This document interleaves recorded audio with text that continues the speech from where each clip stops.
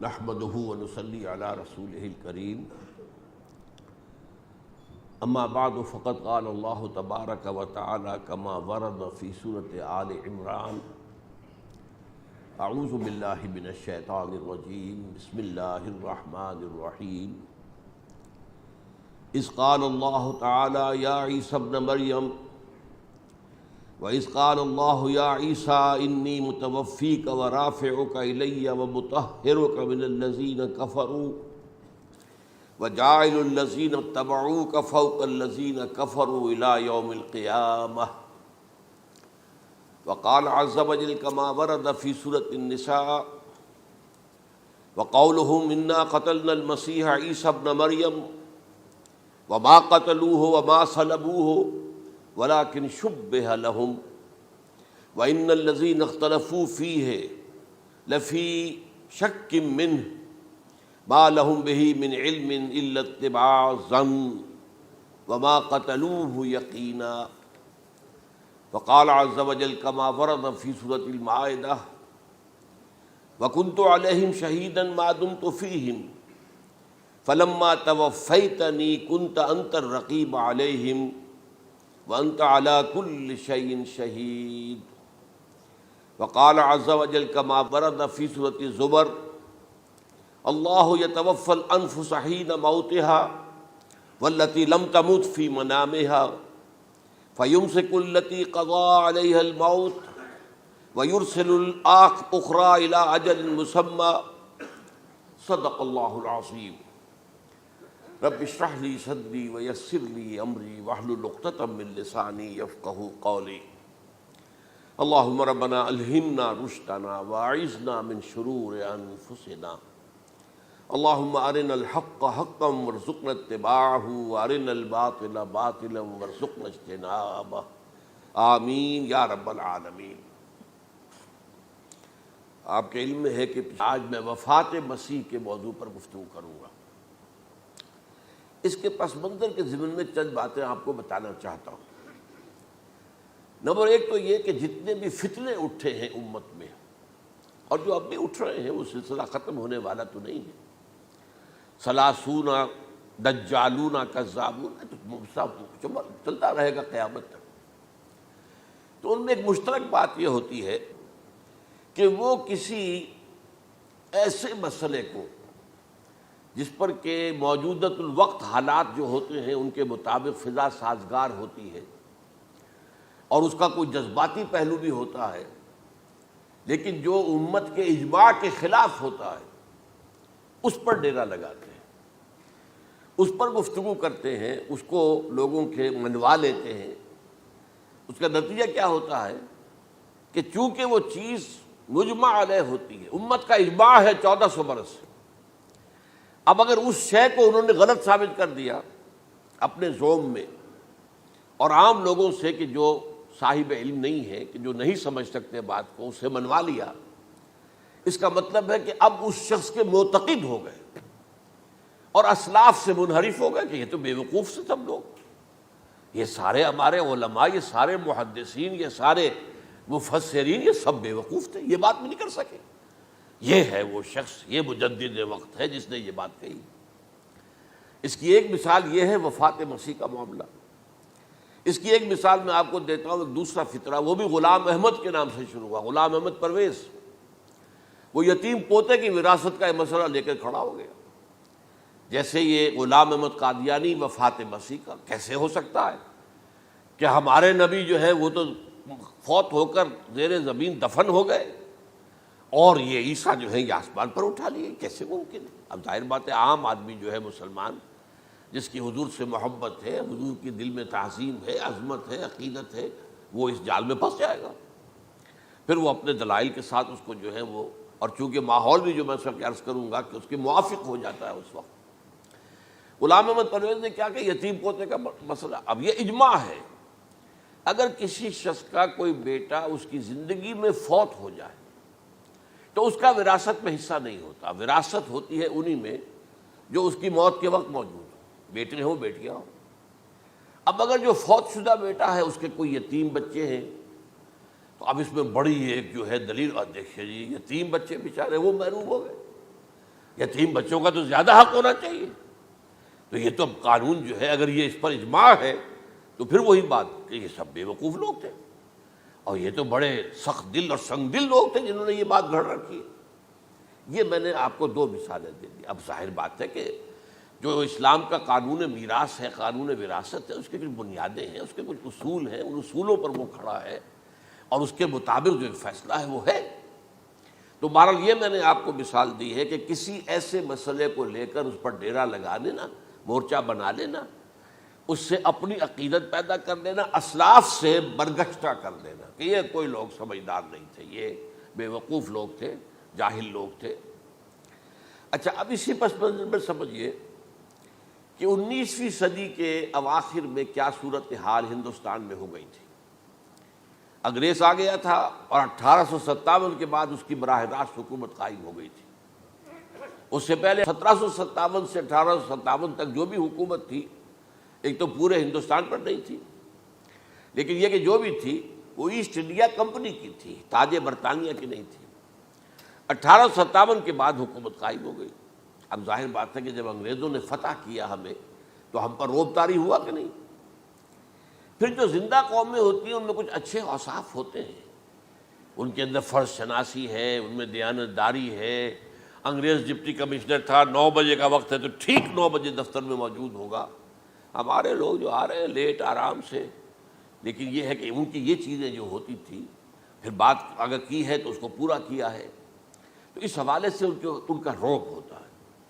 اسی طور پر اس زمانے میں ایک صورت یہ پیدا ہو گئی کہ نیوٹن کی فزکس آ گئی اور معلوم ہوا کہ یہ تو گویا کہ آسمان کی وحی سے بھی زیادہ معتبر ہے. سائنس سے جو بات ثابت ہو جائے بس وہ حق ہے، اور جو ثابت نہ ہو سکے وہ ایسے ہی ہیں، وہ تو گویا کہ اوہام ہیں، ان کی کوئی حیثیت نہیں.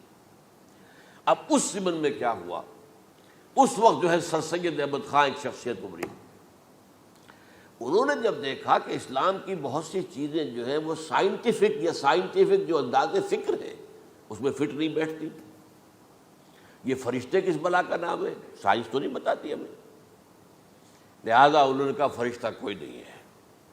یہ فورسز آف دی نیچر کو فرشتہ کہہ دیا گیا. یہ جن کیا بلا ہوتے، کوئی جن ون نہیں ہے، وہ تو سائنس کی اس میں تو نہیں آتے، دکھائی نہیں دیتے، کوئی جن نہیں. یہ تو جو مشتعل مزاج کے لوگ ہوتے ہیں انسان، ان کو جن کہہ دیا گیا کہ وہ آگ سے پیدا ہوئے. جیسے ہم کہہ دیتے ہیں فلاں شخص غصے میں آگ بگولا ہو گیا تو آگ تھوڑی ہو جاتا، یہ تو استعارہ ہے. اس طرح یہ جو معجزات ہیں یہ کوئی شے نہیں، ان کی بھی فزیکل توجیحات.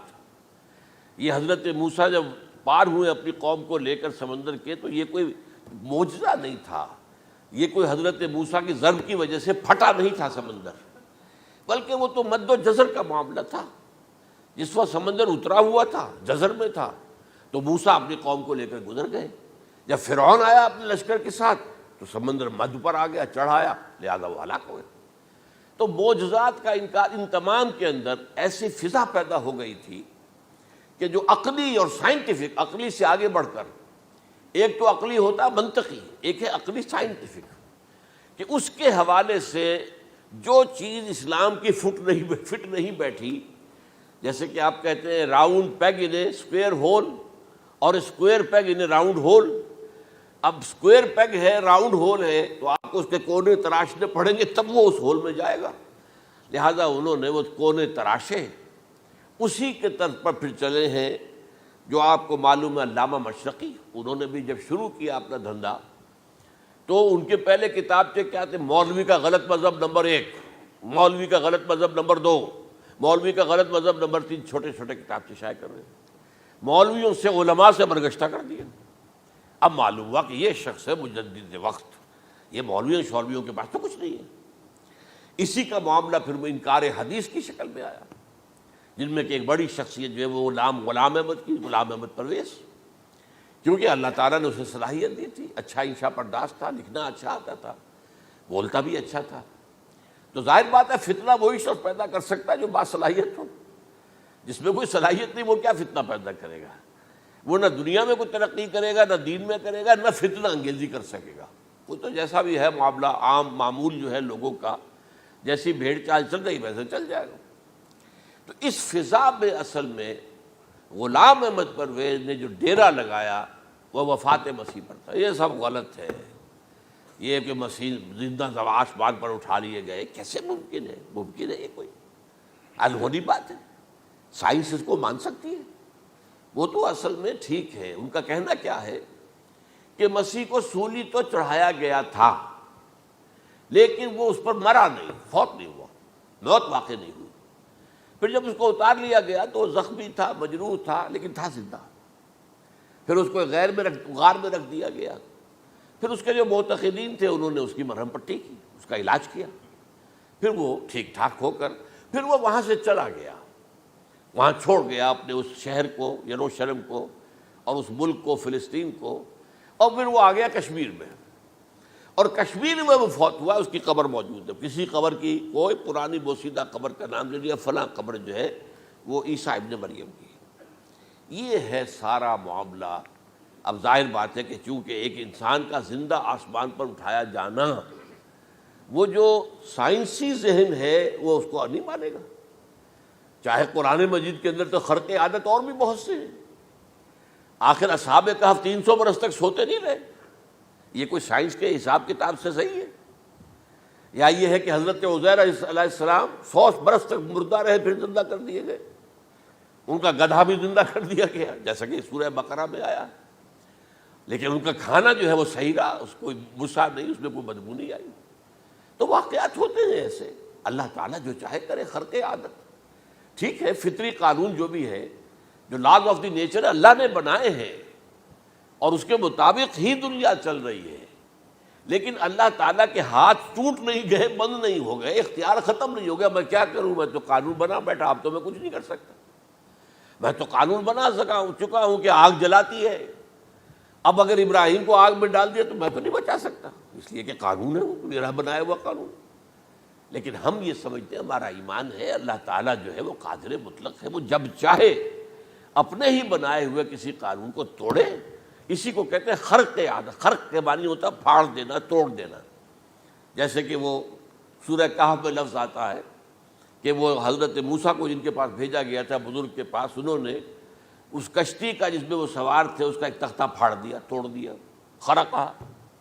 تو خرق عادت، عادت سے مراد کہ عام عادی قانون، laws, physical laws, chemical laws جو بھی دنیا میں چل رہا ہے، بایولوجیکل لاز، ان کو جب چاہے اللہ توڑے اور اپنی خصوصی مشیت کا اس کے اندر اظہار کر دے۔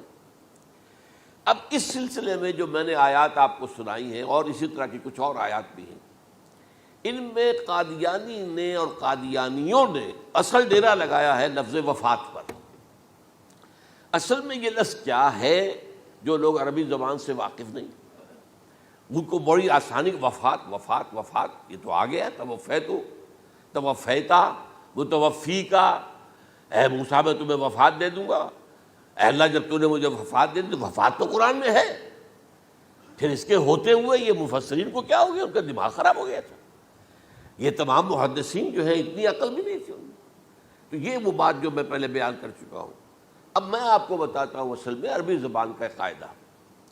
عربی زبان کے اندر ایک سے حرفی روٹ ہوتا ہے، اس سے الفاظ بنتے چلے جاتے۔ مختلف کھانوں میں پانی ہے، پانی کو آپ نے گلاس میں ڈال دیا، کوئی اور شیپ ہو گئی، کپ میں ڈالا کوئی اور شیپ ہو گئی، اور تشت میں ڈالا کوئی اور شیپ ہو گئی، شیپ تو بدل جائے گی، ہے تو وہی کا وہی پانی۔ تو اسی طریقے سے مثلاً میں مثال دے رہا ہوں آپ کو، علم یعلم، علم، کسی شے کو جان لیا، عالم یعلم، اعلامن، کسی کو کچھ بتا دیا، علم خود جان لیا، اور عالم یعلم اعلامن، کسی کو کچھ بتا دینا، علم یعلم تعلیمن، کسی کو کوئی بات بڑی اچھی طرح ذہن نشین کرانا، بار بار دہرانا، سمجھا دینا، یہ تعلیم ہو گئی۔ تعلم یتعلم تعلمن، خود علم حاصل کرنا۔ اب علم یعلم سے عالم بنا، اور علم یعلم سے معلم بنا، اور تعلم یتعلم سے خود علم حاصل کرنا، اس سے متعلم بنا، متعلم جو کہ علم حاصل کر رہا ہے۔ اسی طرح استعلام، علم حاصل کرنا، کسی چیز کے بارے میں جسے ہندی میں کہتے جانکاری حاصل کر لینا، اویئرنیس حاصل کر لینا۔ اب وہی لفظ ہے علم، اب کہیں آپ اس کے مادے کو دکھا کر اور اس کے معنی میں الٹ پھیر کریں گے تو جو شخص عربی زبان سے واقف نہیں وہ تو نہیں جانے گا اس کو۔ اسی طرح کی مثال ہے وفا، وفا یفی، وقا یقی، وفا یفی، اوفا یوفی ایفاءً، وفا یوفی توفیتاً، توفا یتوفا تعفن، اور استیفاء۔ یہ اسی طریقے سے میں نے مثال آپ کو دے دی۔ وفا یفی کے مادے سے اس مصدر سے کوئی لفظ قرآن میں نہیں آیا، لیکن اردو میں آپ کو معلوم ہے نا بڑا پیارا مصرع ہے، وہ وعدہ ہی کیا جو وفا ہو گیا۔ بھئی وعدہ وفا کرو، وعدہ پورا کرو، اس کے معنی ہے پورا کر دینا، کسی کو کوئی چیز پوری دے دینا۔ اور اس کے بعد اوفا یوفی، اس کے معنی بھی وہی ہے، بھرپور۔ اس سے بنے گا اوفو بعہدی اوف بعہدکم، یہ جو سورہ بقرہ کے 5ویں رکوع میں آیا ہے، یہودیوں تم میرے عہد کو پورا کرو تو میں تمہارے عہد کو پورا کروں گا، تم میرے عہد کو پورا کرو، میں نے تم سے عہد لیا تھا کہ جو رسول نبی امی آئیں گے، نبی رسول امی، اس کو تمہیں ماننا ہے، اس کا ساتھ دینا ہے۔ اوفو بعہدی، اب اس عہد کو پورا کرو۔ اوف بعہدکم، تو میں تمہارے ساتھ برکات خیرات جیسی پہلے رہی ہیں ابھی باقی رکھوں گا۔ وفا یوفی، پورے اہتمام سے پورا کر دینا، کسی کو دے دینا چیز پورے اہتمام کے ساتھ، جیسے علمہ یعلم، پورے اہتمام کے ساتھ درجہ بدرجہ ایک بات ذہن نشین کرنا۔ یوفی، اس کا جیسے وَإِبْرَاهِيمَ الَّذِي وَفَّى، ذرا اس ابراہیم کا تذکرہ کرو جس نے سارے تقاضے جو اللہ کے تھے پورے کر دیے، بھرپور۔ جو امتحان آیا اس میں وہ ثابت قدم نکلے۔ توفا یا توفا، یہ آیا کسی شے کو پورا پورا لے لینا۔ اب ایک ہے پورا پورا دے دینا، ایک ہے پورا پورا لے لینا، ایک ہے کسی کو علم دینا، علمہ یعلم تعلیماً، کسی کو پورا دینا، وفا یوفی توفیتاً، کسی سے علم حاصل کرنا، تعلم یتعلم تعلماً، کسی سے پورا پورا لے لینا ہے، توفا یتوفی، اور اسی طرح استیفاءً، کسی سے پورا لے لینا۔ یہ لفظ آیا ہے ویل للمطففین الذین اذا اکتالوا علی الناس یستوفون واذا کالوہم ووزنوہم یخسرون۔ ہلاکت و بربادی ہے ان ڈنڈی مارنے والوں کے لیے جو جب تول کر لیتے ہیں تو پورا لیتے ہیں، اور جب دیتے ہیں تو اس میں کمی کر دیتے ہیں، ڈنڈی مار جاتے ہیں۔ الا یظن اولئک انہم مبعوثون، کیا انہیں یاد نہیں رہا ہے کہ یہ دوبارہ اٹھائے جائیں گے، اللہ کے سامنے کھڑے ہوں گے، حساب ہوگا پورا پورا، پیسے پیسے کا۔ تو یہ میں نے آپ کو اس گردان سے بتا دیا کہ ایک ہی لفظ جو ہے وہ کتنے معنی دے رہا ہے۔ مادہ ایک ہے، وفا یوفی پورا کر دینا، اوفا یوفی پورا کر دینا، لیکن توفا یتوفی پورا لے لینا، استیفاء پورا لینا، اذا اکتالوا علی الناس یستوفون واذا کالوہم ووزنوہم یخسرون۔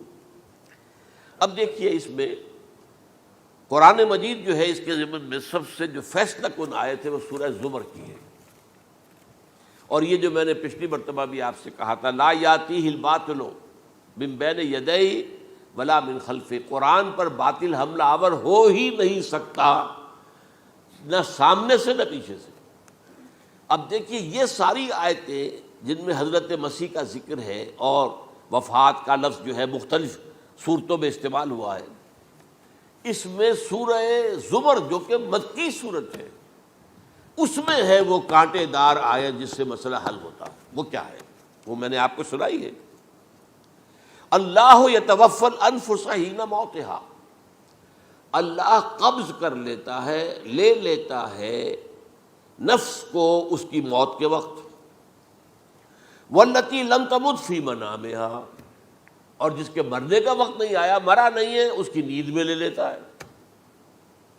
فیمسک التی قطع علیہ الموت، تو جس پر موت کا فیصلہ ہو چکا ہے اس کو تو روکے رکھا ہے، موت کے وقت لیا اور روکے رکھا۔ اور ویرسل الاخری الی اجل مسمی، اور جو دوسرے ہیں جن کی موت کا وقت نہیں آیا ان کو مؤخر کر دیتا ہے، واپس کر دیتا ہے، لوٹا دیتا ہے۔ اب سوال یہ، نیند میں کیا چیز اللہ لیتا ہے؟ کیا جان لیتا ہے؟ جائز بات ہے نہیں، شعور نہیں چلا گیا۔ ایک ہے انسان کا شعور، وہی تو سب سے اعلیٰ شے ہے، سب سے اونچی چیز تو وہی ہے۔ یہ شعور ختم ہو گیا تو انسان کہاں رہا؟ اس کے نیچے جو کچھ ہے وہ تحت شعور ہے، سب کانشیس مائنڈ۔ تو خواب واب جو ہوتے ہیں وہ سب کانشیس مائنڈ کے ہوتے ہیں، وہ کانشیس مائنڈ کے تو نہیں ہوتے۔ جو کانشیسنس ہے، شعور جو ہے، اور خاص طور پر خود شعوری، وہ نیند میں اللہ سلب کر لیتا ہے۔ تو محض شعور کے لیے بھی وفات کا لفظ آ گیا۔ ابھی تو جان یہی ہے، جو سویا ہوا ہے وہ مرا تو نہیں ہے، زندہ ہے۔ البتہ جب جس کو ہم موت کہتے ہیں وقت آیا تو شعور بھی لے لیا، جان بھی لے لی، دو چیزیں لے لی۔ حضرت عیسیٰ پر پورا اطلاق ہوا، مجسم عیسیٰ کو لے لیا، شعور بھی لے لیا، جان بھی لے لی اور بدن بھی لے لیا۔ تو گویا کہ لفظ توفا کا کامل اطلاق تو صرف عیسیٰ پر ہو رہا ہے۔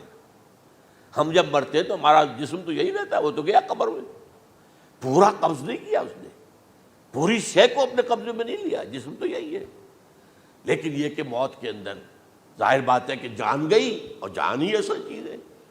جب جان نکل گئی تو یہ کیا ہے؟ یہ تو یوں سمجھیے کہ اب ایسی چیزیں جلدی سے قبر میں دبا دو، ورنہ یہ سڑے گی، گل جائے گی۔ اور قبر میں بھی کیا ہوگا؟ کیڑے ویڑے کھائیں گے، ختم کریں گے، الا ماشاءاللہ جس کو اللہ چاہے۔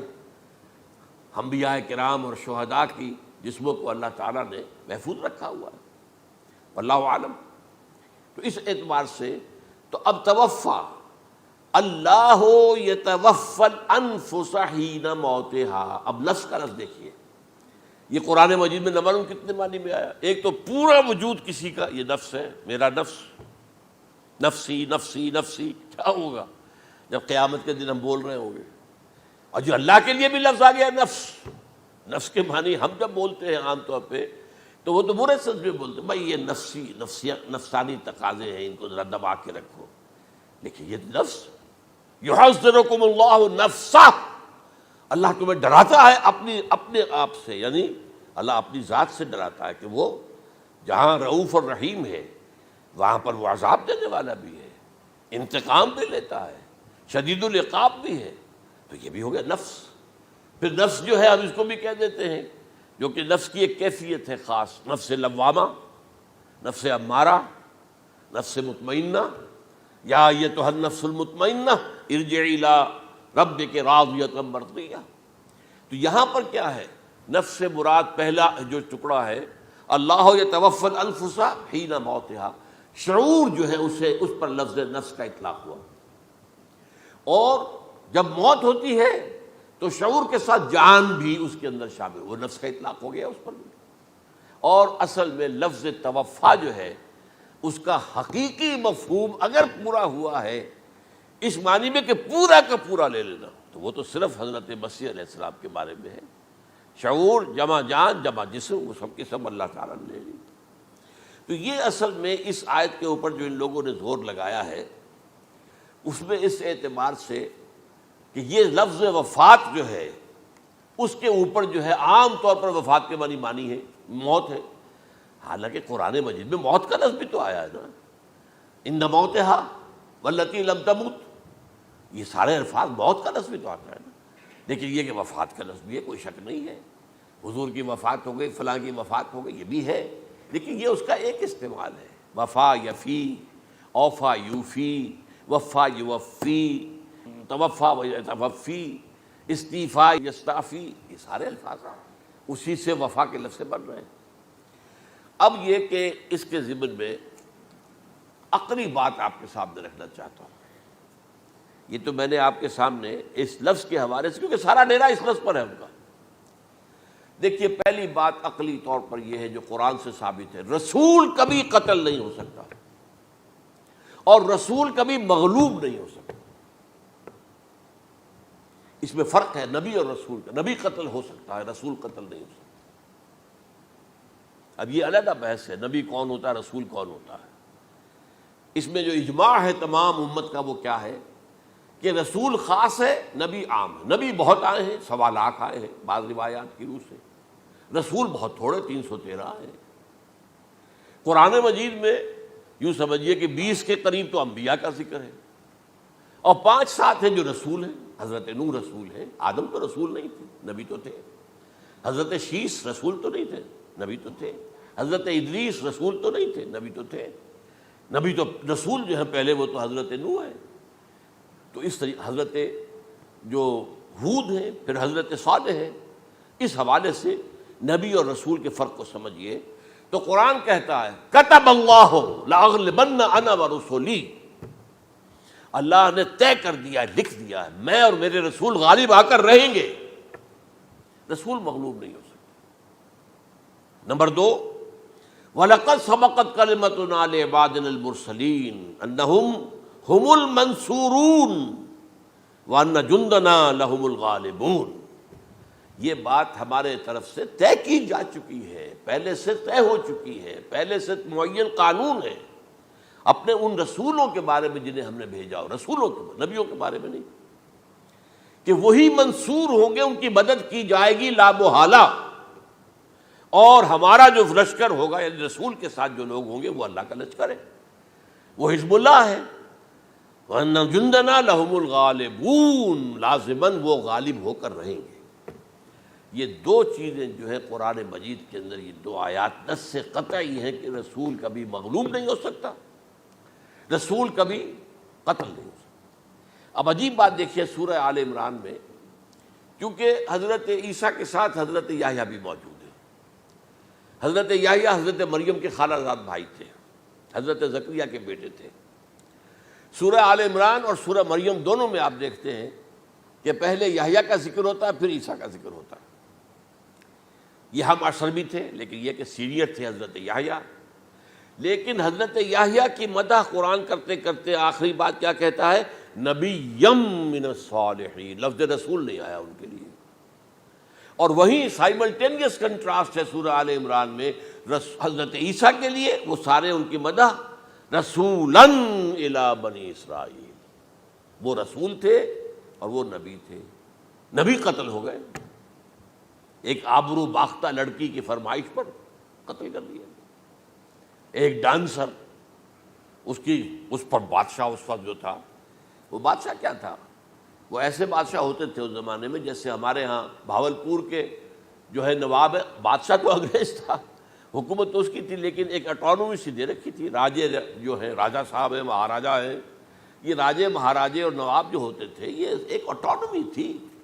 باقی یہ کہ اصل میں تو بادشاہ جو ہے تو انگریز کی تھی۔ تو اسی طرح کی ایک اٹانومی جو ہے حکومت وہاں اس وقت تھی اصل میں رومیوں کی، اس کا گورنر وہاں موجود تھا پائلیٹس پونٹس، لیکن یہ کہ انہوں نے یہودیوں کو ایک مذہبی اٹانومی دے رکھی تھی۔ چنانچہ ہیڈرن ان کا ادارہ تھا، دارالقضاء، جہاں چوٹی کے ان کے فقہاء اور لیڈر جو تھے، ربائی، وہ بیٹھتے تھے اور فیصلے کرتے تھے۔ کسی مذہبی معاملے میں جو فیصلہ وہ کر دیتے تھے یہ ان میں معاہدہ تھا، وہ فیصلہ جو ہے وہ پھر ایگزیکیوٹ کیا جائے گا، وہ فیصلہ آخری ہوگا ان کا۔ وہ خود تو سزا نہیں دے سکتے، سزا تو گورنر دے گا، لیکن یہ کہ اگر ہیڈرن جو ہے ان کا جو وہ ہے ادارہ ٹاپ کا، وہ اگر سزا دے دے، سلا دے، تو گورنر کو وہ سزا دینی پڑے گی۔ یہ ان کا طے تھا معاملہ۔ تو اس نے حضرت مسیح علیہ السلام کو مرتد قرار دیا، جو ہیڈرن ان کا سب سے اونچا ادارہ تھا۔ اس اعتبار سے ان کو جو ہے، لیکن جیسا کہ میں بتا رہا تھا کہ حضرت عیسیٰ رسول تھے، وہ قتل نہیں ہو سکتے تھے، مغلوب نہیں ہو سکتے تھے، لیکن حضرت یحییٰ نبی تھے، ان کو وہی جو اس وقت کا جو یہودیوں میں سے جو بادشاہ تھا نام کا، جو ہیروڈ اینٹیپاس، یوں سمجھیے کہ اس نے کچھ بہت حرام کاری کی ہوئی تھی، شاید اپنے بھائی کی کسی بیوہ کو، وہ مجھے ایگزیکٹلی یاد نہیں ہے، بغیر اس کے کہ وہ عدت مدت پوری ہو پھر نکاح ہو، اسے اپنے گھر میں ڈالا ہوا تھا، اور اس کی جو لڑکی تھی اس کے اوپر بھی عشق آ گیا تھا، آپ کو دل آ گیا تھا، شادی بھی کرنا چاہتا تھا اس سے، اور اس کا ڈانس تھا، اس پر کہا مانگو کیا مانگتی ہو۔ تو اس نے کہا، اس لیے کہ حضرت یحییٰ جو ہے تنقید کرتے تھے بہت کہ یہ تم کیا حرام کام کر رہے ہو، تم نے جس طریقے سے جس عورت کو گھر میں ڈالا ہوا ہے تم گناہ کر رہے ہو، تم شریعت کے خلاف کام کر رہے ہو۔ اس کو کہا تھا یو ڈاٹر آف سن، اس لڑکی کو کہا تھا تم جو کہ گناہ کی بیٹی ہو. اور وہ ناراض تھے, اور وہ ملکہ بھی جو تھی اس وقت تھی, اور یہ اس کی بیٹی بھی بہت ناراض تھے. تو انہوں نے کہا, مجھے وعدہ لے لیا کہ دیکھو جو کہہ رہے ہیں, جو مانگوں گی مانگنا پڑے گا. ہاں مانگوں گا, مجھے یحییٰ کا سر چاہیے. ایک دفعہ تو وہ کانپ گیا, اسے اندیشہ تھا کہ اگر یحییٰ کو میں نے قتل کر دیا تو یہودیوں کے اندر ہو سکتا بغاوت ہو جائے. لیکن پھر اس نے پھر تانا دیا, تم کیسے بادشاہ ہو, اپنا وعدہ پورا نہیں کرتے. پھر انہوں نے کہا ٹھیک ہے, حکم دیا. اور وہ جیل میں تھے پہلے سے ہی, وہاں گیا اور جو ہے ان کا سر قلم کیا, لا کے پیش کر دیا. تو نبی جو ہیں جن کی بڑی مدح ہوئی ہے سورہ مریم کے اندر, جب آپ پڑھیں گے تو ان کی شان جو ہے, لیکن نبی تھے, صرف رسول نہیں تھے. اور حضرت عیسیٰ رسول تھے, رسول قتل نہیں ہو سکتا, نبی قتل ہو سکتا. تو یہ قاعدہ جو ہے وہ بھی قرآن نے اس سائملٹینیس کنٹراسٹ کے حوالے سے سورہ آل عمران میں حضرت یحییٰ اور حضرت عیسیٰ کا تقابل کر کے بتا دیا.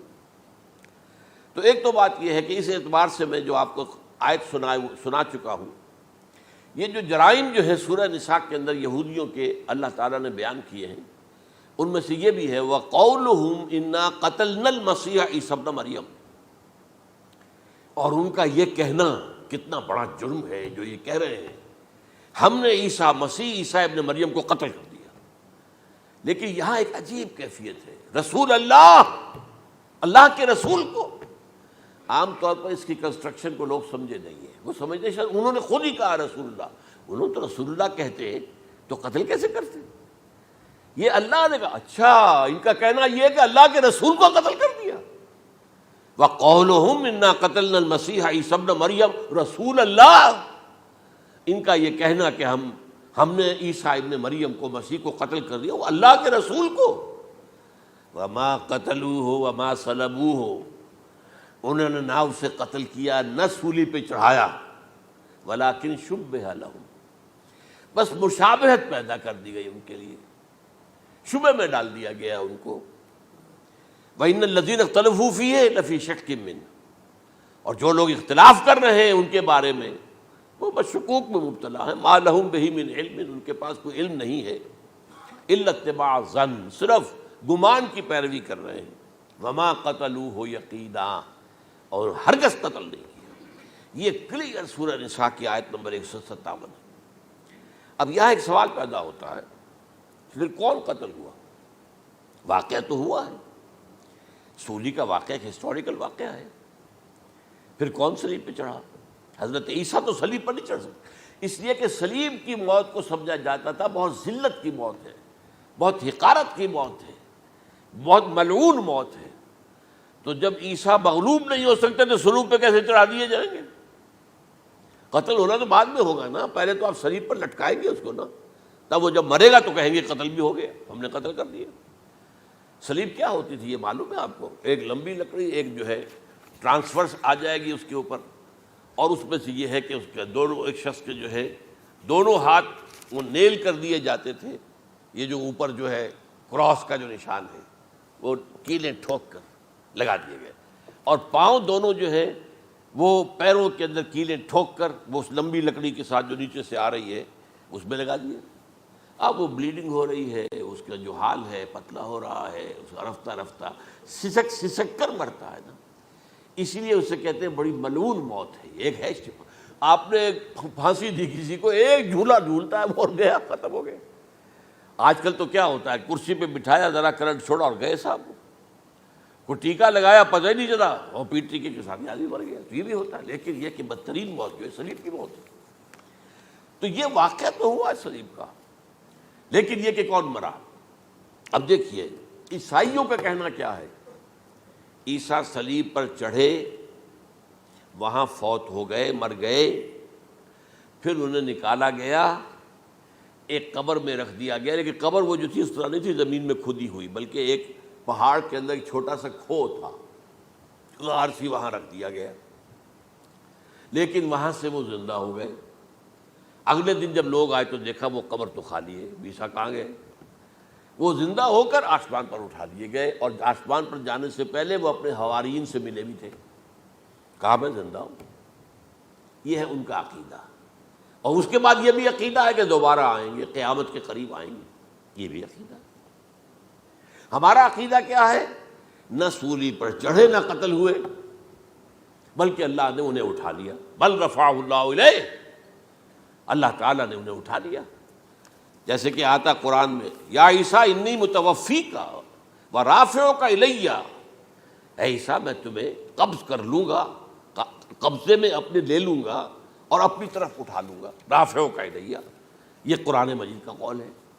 البتہ یہ ہمارا بھی عقیدہ ہے کہ وہ دوبارہ آئیں گے، وَإِنَّهُ لَعِلْمٌ لِلسَّاعَةِ، وہ قیامت کی ایک عظیم ترین نشانی ہوں گے کہ جب وہ آئیں گے، اور اس کے بعد جو ہے یا جو اینٹی کرائسٹ ہوگا کہ جو کہ جھوٹا عیسیٰ ہوگا، جھوٹا دعویٰ کرے گا، جسے کہ مسیح الدجال کہا گیا، اس کے ساتھ مقابلہ ہوگا، اسے قتل کریں گے، اور تمام یہودی اس کے بعد قتل ہو جائیں گے، جو بھی اس وقت تک کفر پر قائم رہیں گے۔ اگر ان میں سے کوئی اس وقت حضرت عیسیٰ پر ایمان لے آئے تو وہ شاید بن جائے۔ بہرحال یہ ہے یہود، ان کا جو ہے قادیانیوں کا وہ عقیدہ کیا ہے؟ سولی پر تو چڑھا، گویا کہ ذلت والی بات تو ہو گئی، مغلوب تو ہو گیا، قرآن کی نفی اس پہلے کیوں، وما صلبوہ وما قتلوہ، تو گویا کہ سولی پر چڑھ گیا تو وہ بدترین جو ہے تکلیف، مصیبت، مشقت، وہ ساری تو آ گئی، مغلوبیت تو آ گئی، لیکن یہ کہ اس کے بعد کہتے ہیں مرا نہیں، وہ ابھی وہ سسک ہی رہا تھا کہ اتار دیا گیا۔ اس کے بعد اس کے جو شاگرد تھے، حواری تھے، انہوں نے مرہم پٹیاں کی، پھر وہ ٹھیک ہو کر چلا گیا کہیں اور، ہجرت کر گیا اپنی قوم سے جو ان کے خیال میں کشمیر ہے، اور یہاں آ کر وہ اپنی طبی موت مر گیا۔ بات اللہ اللہ ختم ہوا معاملہ۔ ہم کیا کہیں؟ ہم تو صرف یہ کہتے رہے ہیں، 1300 برس تک ہم نے یہ کہا ہے کہ ہمارا ایمان ہے قرآن پر کہ ان پر نہ صلیب دیے گئے نہ قتل ہوئے، انہیں اٹھا لیا۔ کب اٹھایا یہ ہمیں معلوم نہیں تھا، کس مرحلے پر اٹھایا یہ ہمیں معلوم نہیں تھا، پھر سولی پر کون چڑھا یہ ہمیں معلوم نہیں تھا، لہذا کسی تفسیر میں آپ کو نہیں ملے گا، کہیں نہیں، نہ قرآن میں ہے، نہ حدیث میں ہے، نہ کسی تفسیر میں۔ یہ تو پچھلی صدی کے دوران جو پوپ کی لائبریری ویٹیکان میں، اس سے ایک نسخہ برآمد ہوا، انجیل برنباس۔ اب یہ بھی آپ کو معلوم ہونا چاہیے کہ انجیلیں 104 تھیں، جن میں سے 4 جو ہے سلیکٹ کی گئی ہیں، 100 انجیلیں اور ہیں جنہیں وہ اپوکریفل کہتے ہیں، غیر مستند انجیلیں، اپوکریفل، اور یہ ہے کینونیکل، قانونی، یہ ہے کہ جو مستند ہیں 4، لیکن جو 100 اور ہیں ان میں سے ایک یہ بھی ہے برنباس۔ اور برنباس کے بارے میں عیسائی مانتے ہیں کہ وہ بھی حضرت عیسیٰ علیہ السلام کے حواریین میں سے ایک تھے، وہ انجیل نکل آئی، اب وہ چھپ بھی گئی ہے۔ کراچی میں ایک ادارہ ہے خاص طور پر، باوانی جو سیٹھ ہیں ان کا بنایا ہوا ادارہ ہے، تو وہی چھاپتے بھی ہیں، ایک زمانے میں تو کافی تقسیم بھی کر رہے تھے، اب مجھے معلوم نہیں۔ اس نے سارا قصہ بیان کیا۔ قصہ کیا ہے؟ بہت دلچسپ قصہ ہے، پوری تفصیل سے۔ ایک شخص جو کہ حضرت مسیح کے حواریین میں شامل ہو گیا، وہ تھا جیوڈاس اسکیریوٹ۔ یہ شخص اصل میں تھا ایک زیر زمین تنظیم وہاں چل رہی تھی، زیلوٹس، انڈر گراؤنڈ موومنٹ، تاکہ ہم رومنوں کی حکومت یہاں سے ختم کریں اور اپنی پوری حکومت اور آزادی حاصل کریں۔ ان میں سے یہ بھی تھا، ان کا سرغنہ تھا برابس، برابا ڈاکو اسے کہا جاتا ہے، برابس۔ ظاہر بات ہے کہ قانون شکن تھا تو ڈاکو ہی تھا۔ اچھا، ان میں سے یہ شخص جو ہے، اس نے جیوڈاس نے حضرت عیسیٰ کے معجزے دیکھے بہت، اور اتنا یقین ہو گیا اسے کہ یہ شخص جو ہے عیسیٰ، یہ ایک مرتبہ اگر رومیوں پر لعنت بھیج دے، کرس کر دے، تو رومی ختم ہو جائے۔ لیکن ان سے کئی دفعہ جو ہے پھیر ڈال کر، ہیر پھیر کے ساتھ کوشش کی گئی کہ رومیوں کے خلاف وہ کوئی جو ہے وہ لعنت ملامت کر دے، وہ نہیں کرتے تھے۔ یہ ایک علیحدہ بات ہے، کیوں نہیں کرتے تھے، یہ اس وقت میرا موضوع نہیں ہے۔ منہاج عیسوی کیا تھا، منہاج موسوی کیا تھا، منہاج محمدی کیا تھا، ان میں فرق ہے۔ لِكُلٍّ جَعَلْنَا مِنْكُمْ شِرْعَةً وَمِنْهَاجًا، سورہ مائدہ میں آیا، تمام رسولوں کے لیے ہم نے ایک ایک منہاج، ایک ایک شریعت علیحدہ علیحدہ دی ہے۔ بہرحال منہاج عیسوی کچھ اور تھا، تو یہ نہیں کہتے تھے۔ اب اس نے کیا کیا کہ وہ اپنے ڈاکو سرغنے سے اجازت لے کر ان کے حواریین میں شامل ہو گیا، اعتماد حاصل کیا، اور بار بار کوشش کی کہ یہ بد دعا دے دیں، رومیوں کو نہیں دی۔ اب اس نے سوچا کہ انہیں اگر ذاتی طور پر تکلیف پہنچے گی تو زبان سے کلمہ نکل ہی جائے گا نا کوئی لعنت کا. اس نے پکڑوایا حضرت عیسیٰ کو، کیونکہ جب یہ فیصلہ ہو گیا تھا ان کے قتل کا، ہیڈرن جو ہے ادارہ وہ دے چکا تھا، اس کا فتویٰ تھا یہ واجب القتل ہے، یہ مرتد ہے، لہذا اس کو قتل کر دیا جائے. اور یہ فیصلہ جو ہے وہ رومی گورنر تک پہنچایا جا چکا تھا.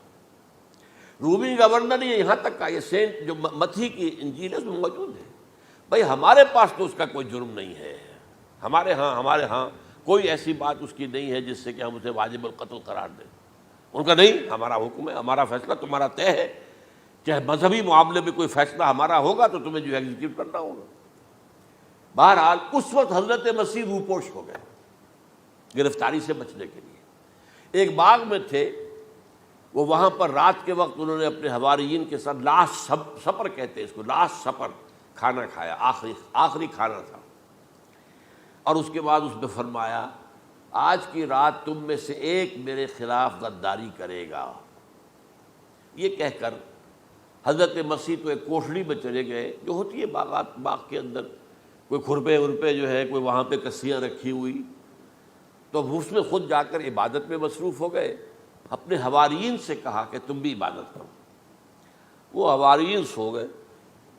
اب یہ اسکریوٹ جو ہے یہ اٹھا، یہ گیا رومیوں سے جا کر کہا میں پہنچا دیتا ہوں عیسیٰ تک، پکڑوا دیتا ہوں، آؤ میرے ساتھ. 30 ان کے آدمی آئے. اس سے کہا باغ کے باہر کھڑے رہو تم، میں اندر جاؤں گا، تھوڑی دیر کے بعد تم آنا، جسے میں کہوں اے میرے استاد، پکڑ لینا اسی کو. یعنی رومنز کو معلوم نہیں تھا کہ یہ کون ہے عیسیٰ، لیکن یہ کہ یہ تو یہودیوں کو معلوم تھا نا سب کچھ. ہوا کیا کہ وہ جب اندر آیا ہے اور کوٹھڑی میں داخل ہوا، اسی وقت اس کی شکل بدل دی گئی حضرت مسیح کی. شبہ لہم، مشابہت پیدا کر دی گئی، شبیہ بدل دی گئی، اور چھت پھٹی، 4 فرشتے اترے اور حضرت مسیح کو لے کر آسمان پر چلے گئے. تو باہر آیا وہ، تو جیسے ہی وہ یہ باہر آیا وہ باقی ہماری جان گئے، اے ہمارے استاد. اسی وقت جو ہے وہ رومی داخل ہو گئے تو پکڑ لیا. تو اصل میں گرفتار ہوا ہے برنباس کی انجیل کے مطابق یوڈاس اسکریوٹ، وہ سولی چڑھا ہے. لعنتی موت اس پر آئی. کیوں آئی ہے؟ غداری کی اس نے، بٹرے کیا حضرت مسیح علیہ السلام کو. تو وہ تو مستحق تھا، کوئی ظلم نہیں تھا. اگر عیسیٰ کی جگہ کسی اور کو دے دیا جاتا ایسے کسی کو پکڑ کر تو وہ تو ظلم ہو جاتا نا، اس کا تو کوئی جرم نہیں تھا. تو یہ تو واقعی مجرم تھا. وہ سولی چڑھا ہے اور حضرت عیسیٰ کو اٹھا لیا. یہ ہے وہ ساری تفصیل جو کہ انجیل برنباس کے اندر موجود ہے. The gospel of our Lord according to Saint Barnabas, یہ اس کا نام ہے. ایونجیلیم برنابے، یہ جو ہے یونانی زبان میں اس کا نام ہے یا لیٹن میں. بہرحال یہ ہے معاملہ. تو پہلی بات تو یہ ہے کہ عقلی طور پر رسول نہ مغلوب ہو سکتا ہے نہ قتل ہو سکتا ہے. ہمارا عقیدہ ہے وہاں ماں صلبوہ و ماں قتلوہ. لیکن یہ کہ اگر یہودی، اگر جو قادیانی مانتے ہیں سولی چڑھ گئے تو صلیب تو ہو گئی، قرآن کی نفی تو ہو گئی، ہاں مرا نہیں، یہ دوسری بات ہے. دوسری بات یہ ہے کہ رسولوں کے باب میں اللہ کا قانون کیا ہے. اگر کسی قوم کی طرف رسول کو بھیجا اور اس قوم نے بحیثیت مجموعی انکار کر دیا، رد کر دیا، ریجیکٹ کر دیا، پوری قوم ہلاک، اور رسول اور اس کے جو چند ساتھی ایمان لے آتے تھے وہ وہاں سے ہجرت کر کے چلے جاتے تھے. لیکن ہجرت کر کے جاتے تھے تو اس کے بعد کسی اور مقام پر کریں گے اہل نظر تازہ بستیاں آباد، پھر وہاں پر ایک قوم انہوں نے جو ہے اپنا مرکز بنایا، ایک نئی امت کھڑی ہو گئی. اس کی سب سے بڑی مثال کیا ہے؟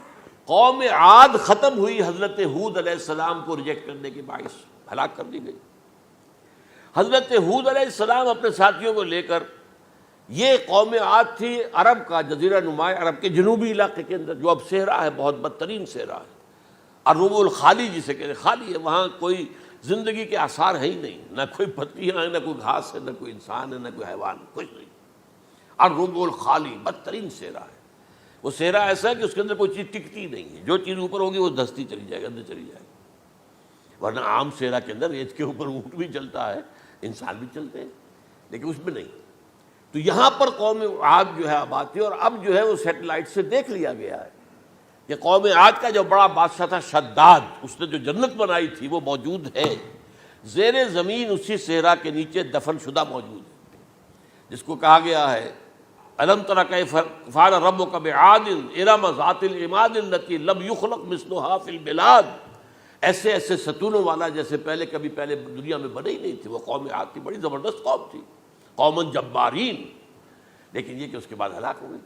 اب حضرت ہود اپنے مسلمان ساتھیوں کو لے کر نکل گئے، جزیرہ نماء عرب کے مغربی کونے میں جا کر، شمال مغربی کونے میں آباد ہو گئے۔ وہاں ایک نئی قوم پیدا ہوئی، سمود۔ اب یہ اسلامی بستی بن گئی، لیکن اس کے اندر بھی پھر بعد میں زوال آیا، پھر وہاں نبی بھی آئے، لیکن اس کے بعد یہ کہ آخری رسول بھیجے گئے حضرت صالح، اور وہ بھی ہلاک ہوئے کیونکہ حضرت صالح کو انہوں نے رد کر دیا۔ تو یہ میں نے مثال دی ہے آپ کو کہ رسول جو ہے وہ وہاں سے اگر ہجرت کرتا ہے تو ہجرت کر کے وہ یہ نہیں جان بچا کے جا کے گمنامی میں کہیں مر گیا، وہ تو جا کر اپنے ساتھیوں کو لے کر جائے گا، اور جا کر جو ہے وہاں پر جو ہے ایک نئی جگہ پر آباد ہوگا، ایک نئی تہذیب ابھرے گی۔ تو یہ تو نہیں ہوا، یہ گمنام ہو کر آ کر کشمیر میں مر گیا تو اس کی کیا حیثیت ہوئی؟ حضرت عیسیٰ علیہ السلام یا تو اگر ہجرت کرتے، یا جب انہیں معلوم ہو گیا تھا کہ میرے قتل کا فتویٰ ہو گیا ہے، تو آپ وہاں سے ہجرت کر سکتے تھے، لیکن اپنے ساتھیوں کو تو لے کر جاتے نا، اپنے حواریین کو لے کر جاتے، اور کہتے ہیں 12 حواریین کے علاوہ اور بھی کوئی 70 کے قریب لوگ تھے جو ان پر ایمان لائے تھے، ان کو لے کر جاتے، کسی جگہ جا کر آباد ہوتے، وہاں ایک نئی جو ہے بستی بنتی، وہاں مسلمانوں کی ایک آبادی ہوتی۔ تو ان میں سے تو کوئی شے بھی نہیں ہوئی، بات ہی ختم ہو گئی۔ لہذا عقلی طور پر بھی یہ بات ثابت نہیں ہو سکتی، خلاف عقل ہے، قرآن کے اصولوں کے خلاف ہے کہ وہ سولی چڑھے ہوں لیکن مرے نہ ہوں، پھر اتر گئے تو مرہم پٹی کر دی۔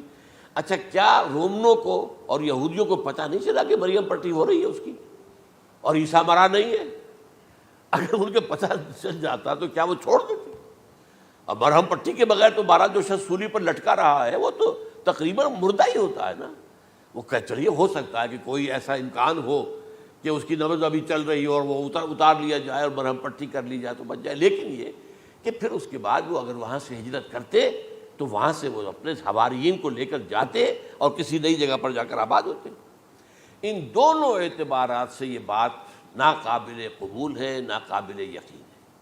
لیکن اسی مسئلے کو لے کر انہوں نے، جو جیسا کہ میں نے بتایا تھا، وفات ہو گئی، کیسے ہو سکتا ہے ہمارے نبی جو سید المرسلین ہے وہ تو زیر زمین دفن ہو گئے اور یہ جو آسمان پر اٹھا لیے گئے، یہ کیسے ہو سکتا؟ بس اس کے اوپر عام لوگ جو ہیں وہ متاثر ہوئے، اور خاص طور پر وہ سائنٹیفک مائنڈ جو بن گیا تھا، تو چونکہ سائنس کے اس خاکے کے اندر وہ بات فٹ نہیں بیٹھتی، لہٰذا ان لوگوں نے اس کو قبول کیا۔ اب یہ کہ یہ جو واحد استثناء ہوا ہے یہ کسی اور کے ساتھ نہیں ہوا۔ ویسے حضرت مسیح کی پوری شخصیت مستثنیٰ ہے، بن باپ کے تو کوئی اور رسول پیدا ہوا ہی نہیں، نہ نبی پیدا ہوا۔ پھر وہ معجزے جو حضرت مسیح کو ملے کسی نبی کو نہیں ملے۔ حضرت صالح کو ایک ہی معجزہ ملا تھا نا ایسا کہ لوگوں نے کہا کہ تم یہ اس چٹان میں سے ابھی ایک گابن اونٹنی برآمد کر کے دکھا دو، وہ دکھا دی گئی، پھر ہلاک کر دیے گئے۔ لیکن جو اور معجزے حضرت مسیح کو دکھائے ہیں وہ بچپن میں بولے ہیں، گود میں تھے یا پگھوڑے میں تھے، بولے ہیں انی عبد اللہ آتانی الکتاب و جعلنی نبیا۔ یہ بات نہ ہوتی تو حضرت مریم کے کیا حشر کرتی قوم کہ تمہاری بغیر شادی کے یہ کہاں سے لے آئی ہو تم، یہ تو ولد الزنا ہے۔ پھر تو یہ سارا معاملہ جو ہے حضرت عیسیٰ بولے ہیں وہاں پہ، خود وہ بچہ بولا۔ اب اس کے بعد بولنے کی لوگوں کے اندر کیا گنجائش تھی؟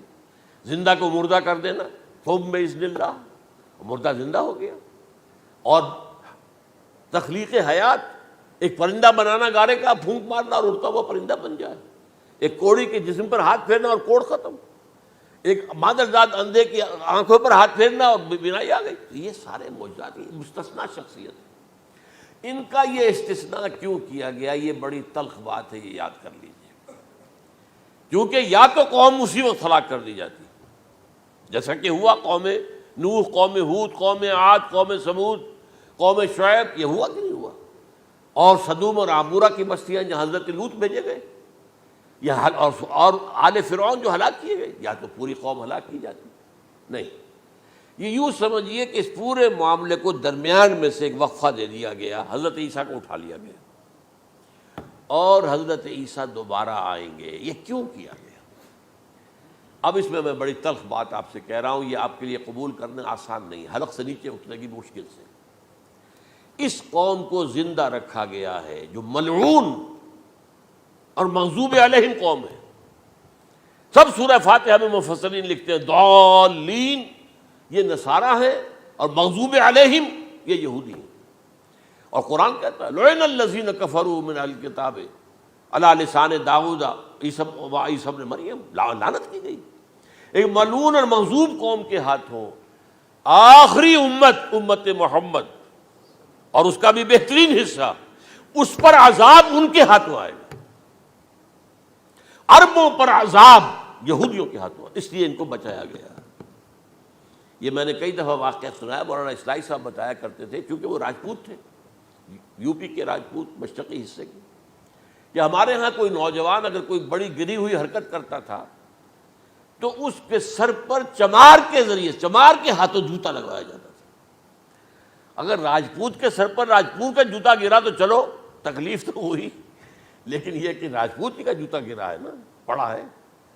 لیکن راجپوت کے سر پر چمار کا جوتا، جس کو آپ انگریزی میں کہتے ہیں to add insult to injury, وہ تکلیف بھی ہے جوتا کھانے کی اور انسلٹ ہے کہ ایک چمار مار رہا. یہ امت سب سے خیر امت ہے، کنتم خیر امت اخرجت للناس. اس کے لیے عذاب بھی بدترین آئے گا. اور کن پر آئے گا؟ اس امت کا جو اصل نیوکلیس ہے عرب، جس کے بارے میں حضور کی حدیث موجود ہے ویل للعرب، عرب کے لیے بہت بڑی ہلاکت. اور آج ہماری نظر میں آ رہا ہے وہ ملعون اور مغضوب علیہم قوم ان کے سینے کے اندر خنجر کی طرح بھونکی گئی ہے.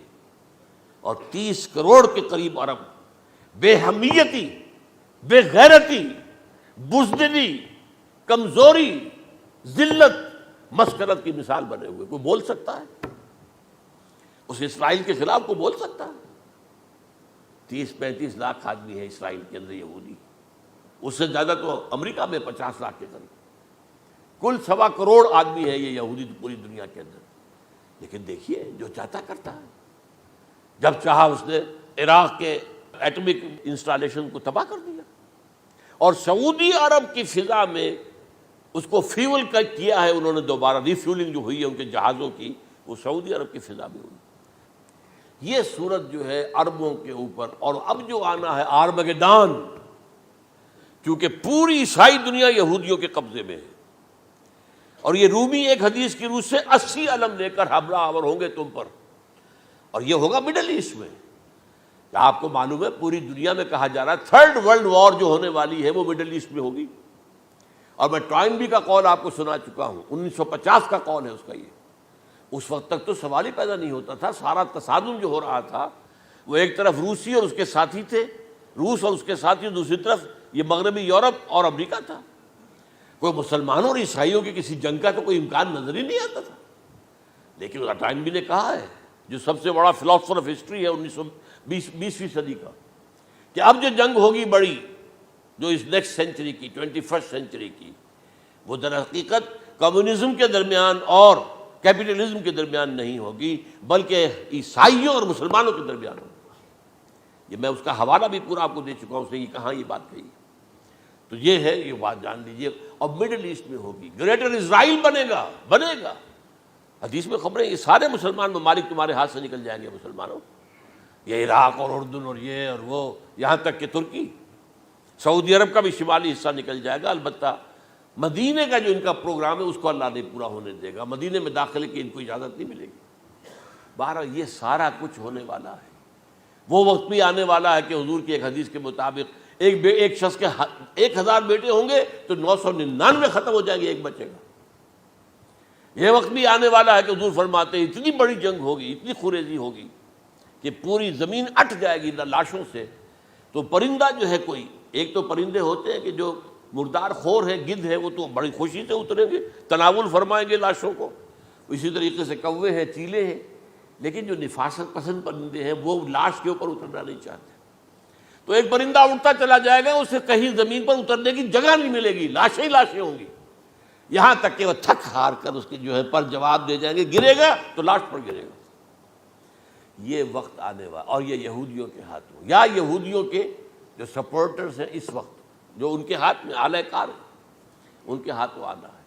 میرے نزدیک اس کام کے لیے اس ملعون قوم کو، کہ جو حضرت عیسیٰ کے زمانے سے ملعون ہو چکی ہے، اس کو باقی رکھا گیا ہے، اسے یہ موقع دیا گیا ہے۔